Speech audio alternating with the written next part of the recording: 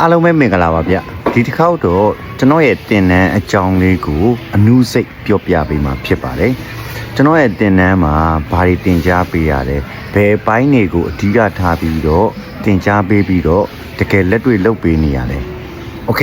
စမယ်ပထမပိုင်းလေးရင်ပြောကြားပေးပါမယ်ဗျပထမပိုင်းလေးကတော့ကျွန်တော်တို့ကအယောင်အဝယ်ဘက်ကိုအရင်တင်ကြားပေးမှာဖြစ်ပါတယ်ဗျရောင်းတာဝယ်တာတိမှတာရင်ကျွန်တော်တို့ကသွေးတာဖြတ်တာနဲ့တွဲလို့ရပါမယ်အဲ့အတွက်ကြောင့်ကျွန်တော်တို့အယောင်းဝယ်ပဲပိုင်းကတော့နည်းနည်းလေးကြာပါလိမ့်မယ်ဘာလို့လဲဆိုတော့အယောင်းဝယ်ပဲပိုင်းမှာကတော့ကျွန်တော်တို့အတွေးကြုံနဲ့မျက်စိပေါက်လွယ်တာကျွန်တော်တင်ကြားမှုပိုင်းမှာနားလည်မှုမြန်ဆန်တာဒါတွေသာတိမယ်ဆိုရင်တော့အယောင်းဝယ်ဘက်ကတော့ပြီးသွားမှာဖြစ်ပါတယ်နောက်ပြီးရင်သွေးတာ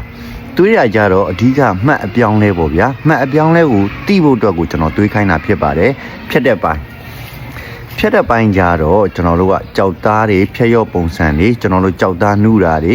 ကြောက်အလုံးစုံတွေဖြတ်သားတွေဖြတ်တဲ့အချိန်မှာရော့သွားတာတွေခါလာပေါက်တွေရော့သွားတာတွေကြောက်မျိုးမခိုင်တာတွေတိအောင်လို့ဖြတ်ခိုင်းတာဖြစ်ပါတယ်ဗျဒီအလေးစင်းနဲ့ပဲကျွန်တော်သွားမှာဖြစ်ပါတယ်ဝယ်တာရောင်းတာသွေးတာဖြတ်တာဒါတွေကကျွန်တော်ကလက်တွေ့တင်ကြားပြီးတော့ကိုယ်တိုင်လုံးဝမှာဖြစ်ပါတယ်စာတွေတော့လုံးဝမတင်ပါဘူးဗျနောက်ပြီးရင်အဓိကအားထားတင်တာကျွန်တော်တို့ကအရေးလိုင်းပေါ့